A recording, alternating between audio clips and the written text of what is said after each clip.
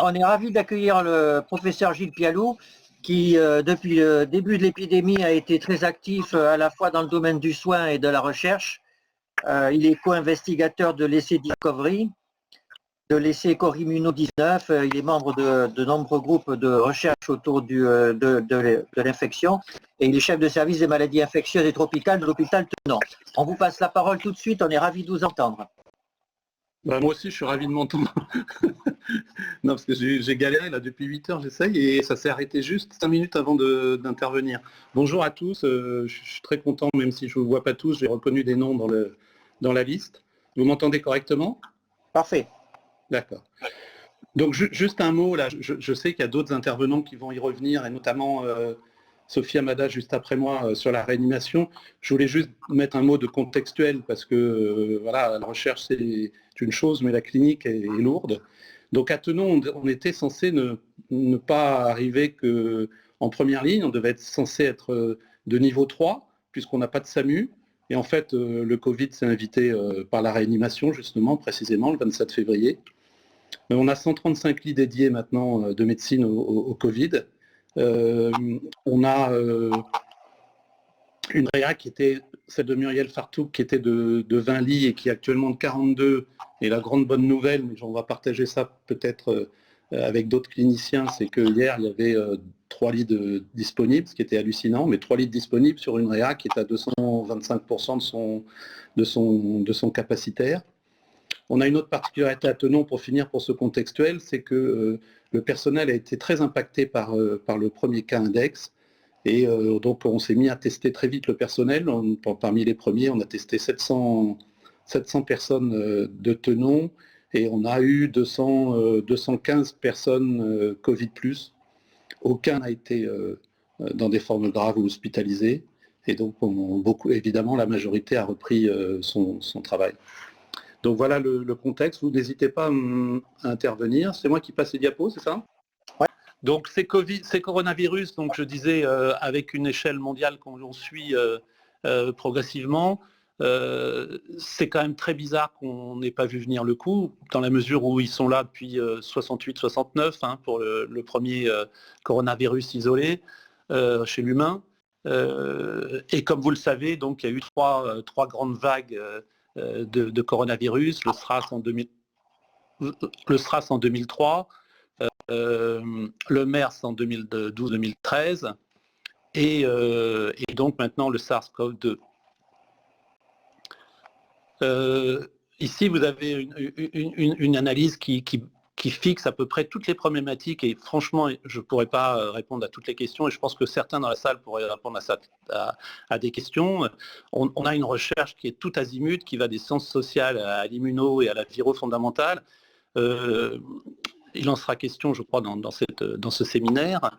Sur cette diapositive du génome, vous voyez qu'il y a plusieurs points de fixation de la recherche scientifique. Notamment, on ne sait pas actuellement le niveau de réponse immunitaire. Les nouvelles fragmentaires qu'on a, notamment par le Conseil scientifique qui conseille Macron, et aussi par les modélisations qui ont été faites notamment par l'INSERM, c'est qu'on aurait un taux de séroprévalence inférieur à 10%. Vous savez que l'Imperial College avait fait une modélisation à 3-7% de la population française qui aurait des anticorps. C'est la première chose. Deuxième question, on ne sait pas si ces anticorps sont, mais c'est une discussion d'immunologistes, efficaces, neutralisants. On ne sait pas quel est le site préférentiel de ces anticorps pour une éventuelle recherche vaccinale. Est-ce que c'est la fameuse protéinase, qui est celle des spicules, qui ressemble d'ailleurs un peu à la GP 120 du VIH, si on peut faire cette comparaison-là, comme site préférentiel des anticorps. On ne sait pas si l'immunité cellulaire a un rôle, on ne sait pas si il faut cibler le vaccin, on finira par ça, sur les protéines de structure ou sur l'enveloppe. Enfin bon, beaucoup de questions fondamentales, mais voilà, on n'a que 3 mois de recul avec ce virus et la recherche est tout azimut. Un point encore vraiment très central de physiopathologie qui fixe la recherche clinique, là, c'est l'entrée du Covid-19 dans la cellule cible. avec notamment ce fameux récepteur qui est d'ailleurs partagé avec le SRAS, mais pas avec le MERS, qui est l'enzyme de conversion de l'angiotensine de type 2. Et ce récepteur, donc, il reçoit la spicule de la protéinase. Et beaucoup de recherches sont autour de justement cette relation entre la spicule, la protéinase du corona et son récepteur préférentiel, la CE2, avec beaucoup de recherches que vous avez pu voir, notamment l'impact du groupe ABO avec une protection du groupe O+, avec notamment le fait que les femmes, comme on l'a vu dans cette réanimation, mais je le répète, le docteur Amada reviendra sur ça, les femmes sont très sous-représentées dans les formes graves, dans un rapport de 2 sur 10 à peu près dans l'expérience de Tenon, même pas, oui, 2 sur 10. Donc ça aussi, c'est probablement en rapport avec l'expression du gène codant pour la CE1, qui est portée par le chromosome X. C'est une hypothèse, on pourra en discuter. Je pense qu'il y a des gens qui sont sur ce segment de recherche. Vous êtes toujours là? Toujours. Donc une autre diapositive qui illustre une problématique majeure de cette maladie et de la recherche clinique, et on n'a pas besoin d'être à Marseille pour comprendre que c'est complexe, c'est qu'on a vraiment plusieurs maladies dans une, et notamment très sincèrement une maladie virale initiale avec une sémiologie clinique qui est en train d'exploser au fur et à mesure de l'épidémie. J'y reviendrai très rapidement juste après. Et puis manifestement une maladie immunitaire avec un orage cytokinique qui est celui du SDRA qu'on voit en réanimation et qui sera l'objet de l'intervention d'après, j'imagine. Et ce syndrome cytokinique, évidemment, n'a pas, sur le plan théorique, la même approche thérapeutique que ne l'est l'infection virale dans sa forme initiale, voire dans sa forme asymptomatique qu'on connaît aussi très mal dans sa proportion. Donc ça c'est une autre illustration, mais je l'ai déjà dit, donc de la balance entre l'angiotensine 2 et l'angiotensine 1, et notamment donc les molécules pro-inflammatoires et anti-inflammatoires. Je passe très vite pour revenir plus précisément à la clinique qui m'était demandée. Je pense qu'il y a une recherche clinique qui est extrêmement intense et qui maintenant, alors qu'on était dans un virus respiratoire, touche quasiment toutes les spécialités. Ce que nous avaient dit les Chinois, c'est que finalement on avait 80% de formes bénignes, 14% de formes sévères, 5% de formes critiques, ce qui est à peu près convenu, mais on nous avait dit aussi que la mortalité était surtout dépendante de l'âge et des comorbidités, et on s'aperçoit donc dans les réanimations et aussi maintenant dans les services de médecine qu'on a des personnes jeunes, enfin jeunes ou en tout cas moins de 70 ans, qui n'ont aucune comorbidité et qui ont des formes graves qu'on n'arrive pas à s'expliquer, notamment chez les moins de 50 ans. La clinique, elle explose, donc en ce moment, il y a plusieurs axes de recherche. L'axe neurologique, et on l'a vu, nous, quand on a commencé à dépister les personnels de soins, on s'est aperçu qu'il y en avait qui venaient qu'avec une agueusie, donc une manque du goût, une anosmie, manque de l'odorat, et quasiment comme que le seul signe. Alors depuis, il y a eu une alerte de la société d'ORL, il y a eu une alerte des neurologues, et il semble très clairement que ce trouble du goût et ce trouble de l'odorat soit d'origine neurologique, avec notamment probablement aussi pour les personnes âgées qui sont très impactées par cette pandémie, notamment dans les EHPAD et puis aussi dans les UGA, les unités de gériatrie, qu'il y a eu un déclin cognitif accéléré, et on verra si c'est quelque chose de ponctuel ou si c'est quelque chose de séquelaire. C'est une piste de recherche et il y a un répertoire national qui est fait par Thomas de Brocaire pour répertorier les neuro-Covid.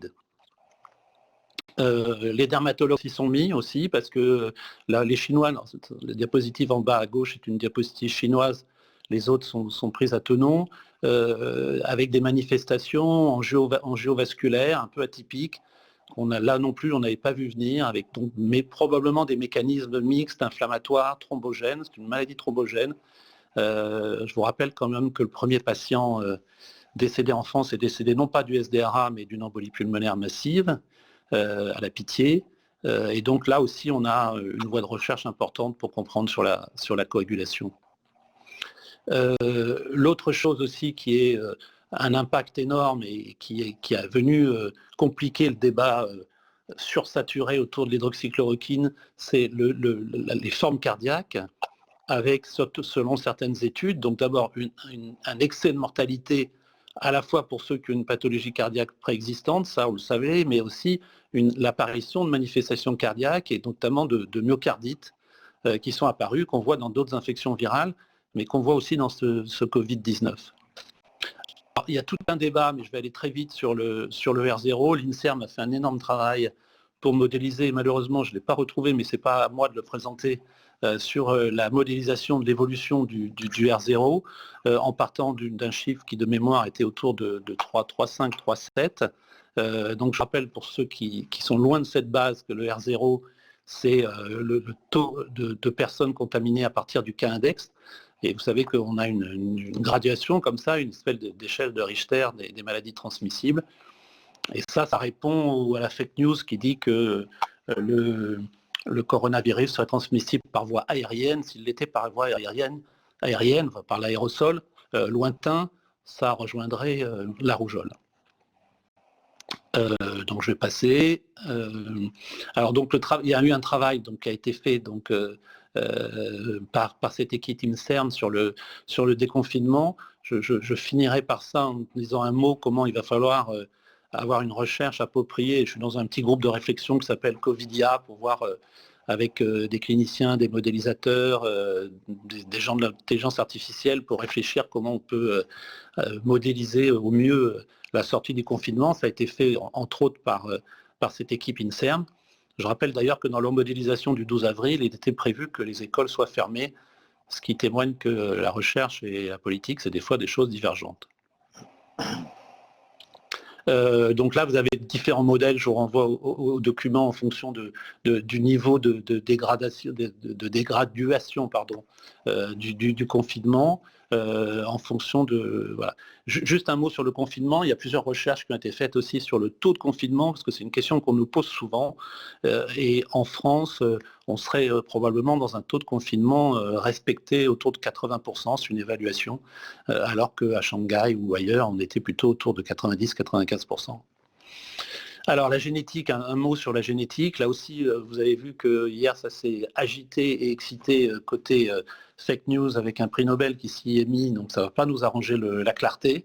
Et puis même le New York Times, le Washington Post, pardon, s'y est mis aussi sur l'histoire de la génétique et de l'origine de ce Covid-19.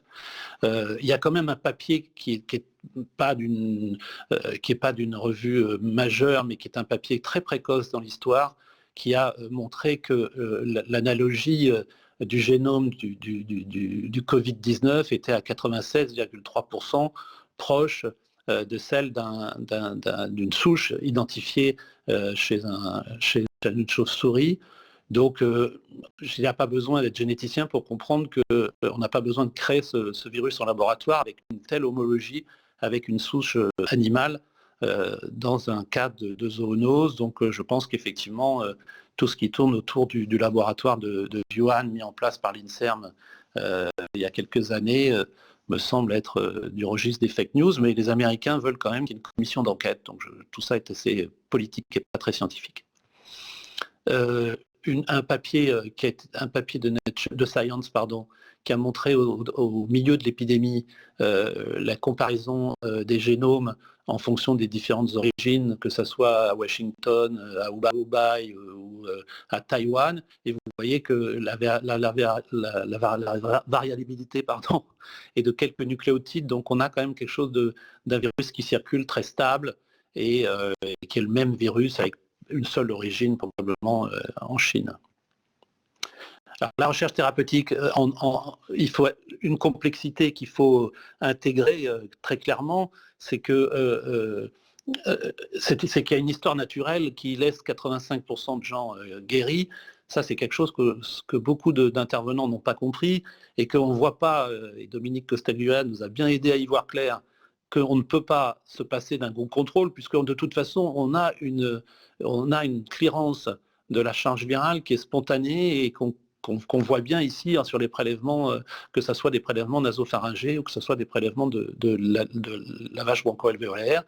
Donc évidemment, vous comprenez bien que si vous mettez n'importe quel médicament à côté, il faut comparer avec un groupe contrôle, que ce soit placebo ou autre, pour voir si on n'est pas en train de reconstruire avec un médicament. Évidemment, je vise l'hydroxychloroquine, si on n'est pas avec un médicament exactement dans l'histoire naturelle. Les molécules, elles avaient été, je suis désolé, je me suis tellement énervé sur mon application que j'en bafouille. Les molécules, elles avaient été déjà triées au moment du MERS-CoV, à la fin des années 2013 et 2012-2013, et on avait déjà sorti des molécules in vitro, actives, dont des molécules anti-VIH, le ritonavir, le lopinavir, des molécules de la grippe, l'ostemsavir, donc le Tamiflu, et une molécule plus récente, le remdesivir, qui est une molécule assez intéressante qui a été développée dans le modèle Ebola et qu'on a retenu dans les essais Discovery notamment. Alors ça, c'est une diapositive assez ancienne, mais c'est pour montrer la constellation. Là, on en est maintenant à... Je crois que je vais le montrer dans les diapositives suivantes. Là, à l'époque, on était à 130 essais en février, et vous voyez que ça mélange plusieurs approches, des mélanges d'antiviraux, actifs sur le virus de la grippe, actifs sur le VIH, actifs sur le VHC. Il y a même des molécules, des essais qui sortent avec des antipaludéens, des antiparasitaires qui auraient une efficacité in vitro, et puis toute l'approche immunitaire qui va de l'utilisation des anticorps monoclonaux, des anti-interleukines, on va y reparler, ça va même jusqu'aux transplantations de microbiote, bien sûr les anti-PD-1 qui ont été essayés dans le cancer, y compris dans le VIH. Donc vous voyez que tout ça est extrêmement éclectique, et évidemment les Chinois ont mis des plantes traditionnelles dans leurs essais, ce qui est de bonne guerre. Donc ça, c'est les essais en cours à la date d'hier sur ClinicalTrials.gov. Vous voyez que c'est assez surdimensionné, 625 études, donc en cours dans le monde, dont à peu près 38 avec l'hydroxychloroquine. J'en reparle puisque je pense que la science parlera de ce côté-là avec le nombre d'essais qui sont en cours. Ça, c'est la diffusion des essais dans ClinicalTrials.gov en fonction des pays. Donc une recherche européenne très importante, une recherche en Chine, et évidemment une recherche américaine, entre autres, avec aussi des essais qui commencent.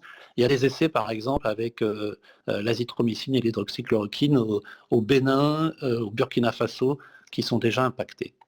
J'essaye d'accélérer. Alors, deux exemples.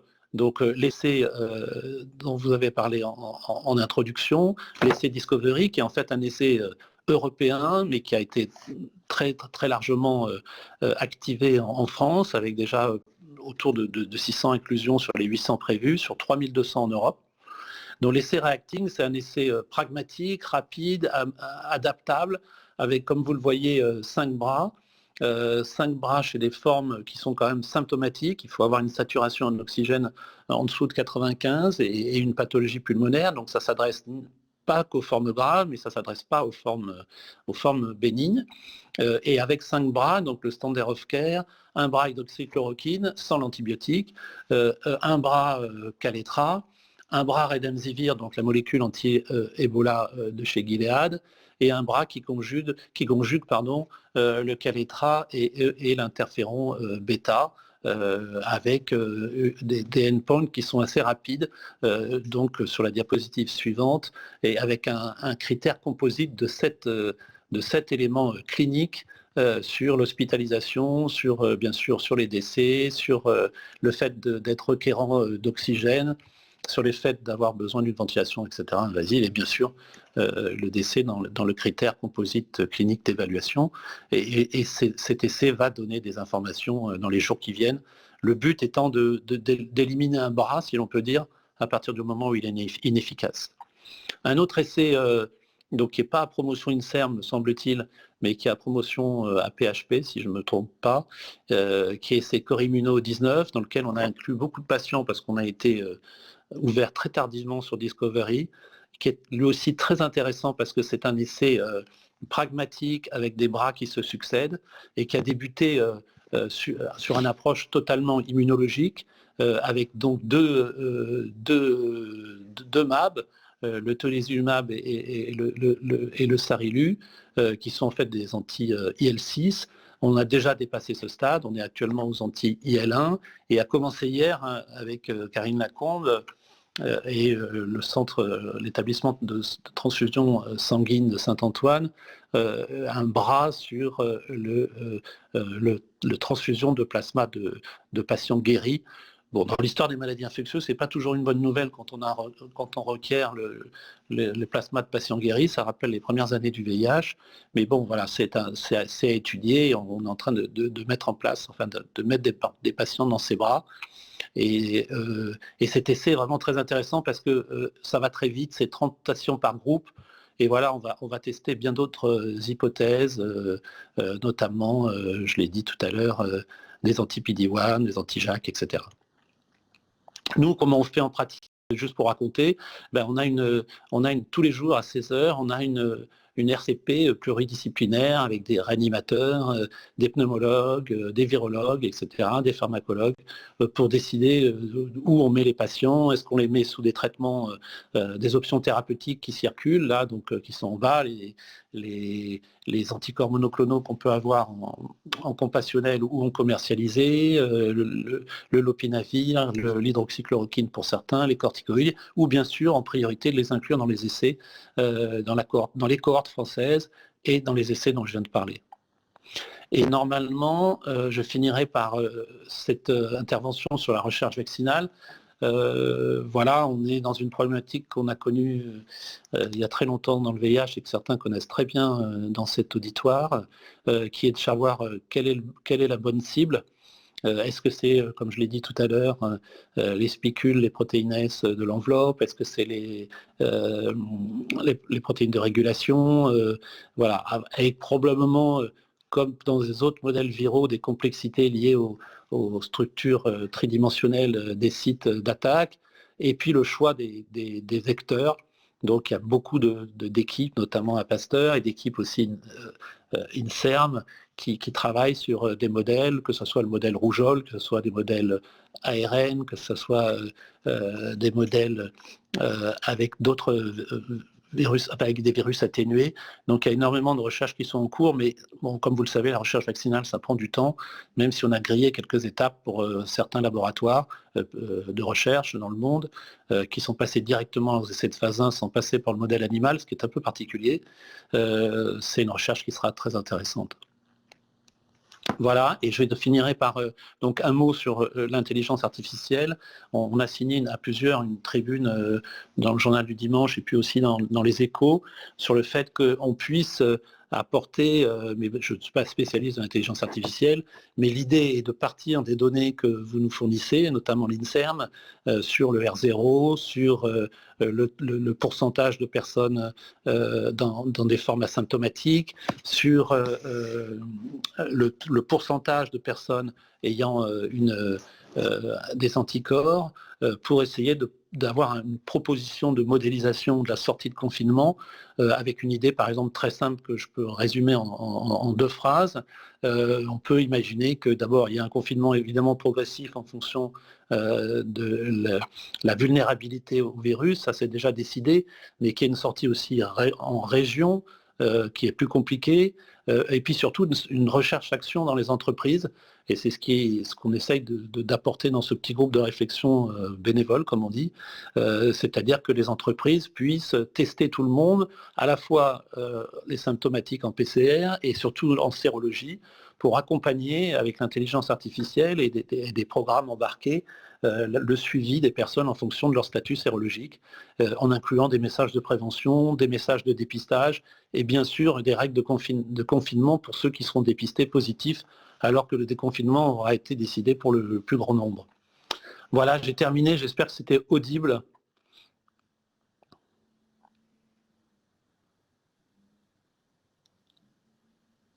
Je ne vous entends pas. Ça va être compliqué.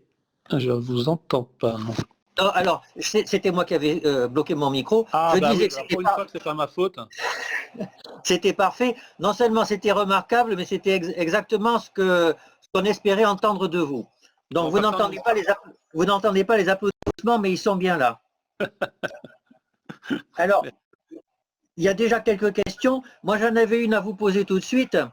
Le monde de la recherche s'est complètement réorganisé devant l'urgence de la situation.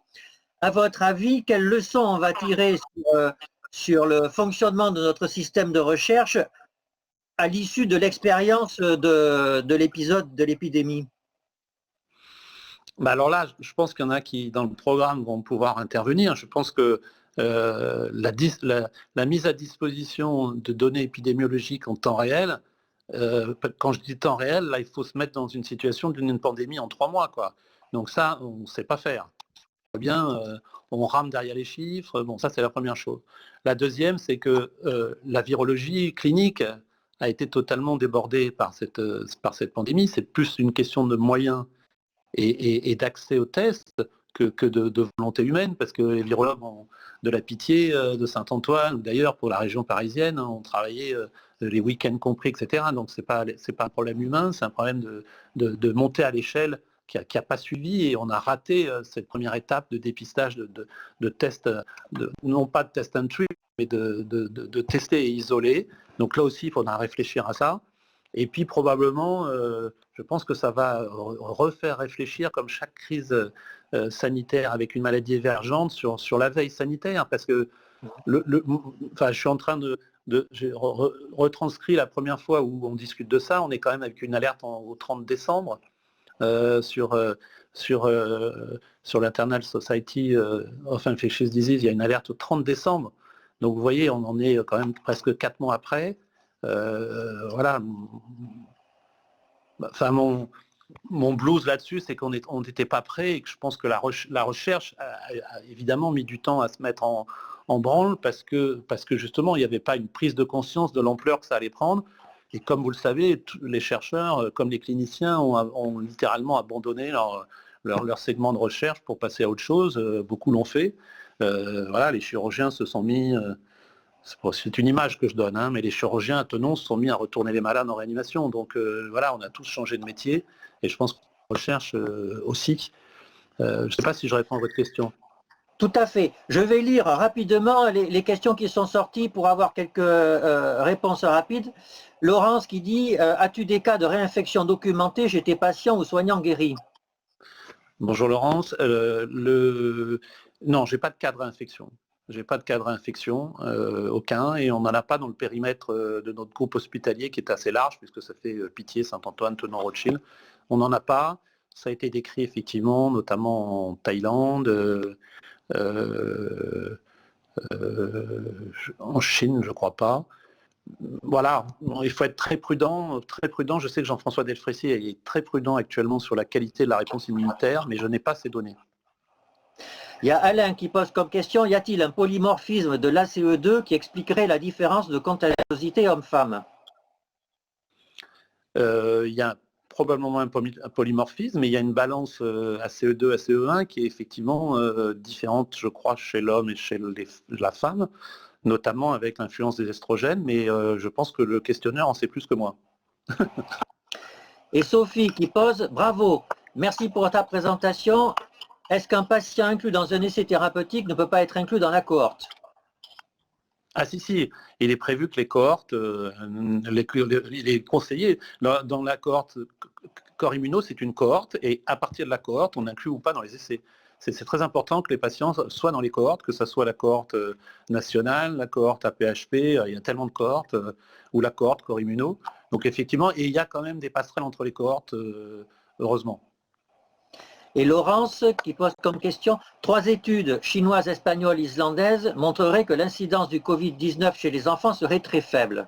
Quel impact sur le déconfinement? Je ne sais pas si on sait qu'elle est très faible, on sait qu'elle est, parce qu'on n'a pas, à ma connaissance, et il faudrait dialoguer là-dessus, on n'a pas, à ma connaissance, le taux d'asymptomatiques contaminants chez les enfants. Enfin, c'est une double question. Donc, effectivement, on pense que les enfants, enfin, on peut imaginer très facilement le déconfinement des enfants, qui, je le rappelle, est plus une décision politique que sanitaire, le déconfinement des enfants pour pouvoir mettre les parents au boulot, pour faire clair, et va nous renseigner sur est-ce que ça va avoir un impact sur la circulation du virus. Alors ça sera difficile de faire la corrélation, mais on va bien voir temporo-spatialement si ça a un impact, parce que effectivement la probabilité c'est l'enfant asymptomatique transmetteur, qui est une question qui n'a pas, à ma connaissance, de réponse scientifique, au sens où il n'y a pas de publication qui donne le taux d'enfants asymptomatiques contaminateurs.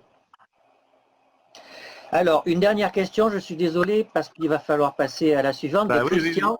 Dans la plupart de ces essais thérapeutiques, les traitements expérimentaux sont comparés à des contrôles recevant un standard of care. Mais celui-ci n'est pas défini et comporte volontiers lui-même des traitements non validés, comme les corticoïdes, etc. Comment allez-vous interpréter ces résultats ? Alors ça, c'est une très bonne question. C'est une très bonne question pour la question des corticoïdes, parce que ça influence évidemment probablement à la fois la réponse immune et l'évaluation du traitement. Donc il faudra regarder ça à la louche. On ne peut pas interdire les corticoïdes, même si ce n'est pas tranché. Il y a des essais qui se montent uniquement sur la question des corticoïdes. Par contre, ce qu'il faut comprendre, c'est qu'à la fois dans corps immuno, il est prévu que le standard of care, il dégage dès lors qu'on aura une meilleure piste. Vous voyez ce que je veux dire? C'est-à-dire dès lors qu'on aura un bras qui aura montré sa supériorité sur le standard of care, il n'y aura plus de bras standard of care. D'accord, très bien. Eh bien, merci pour tout, merci pour l'exposé, merci pour la réponse aux questions. Désolé. Non, il ne faut pas être désolé, c'était vraiment très bien. Bon courage pour tout. Bon courage à vous aussi dans vos labos. Au revoir. Au revoir.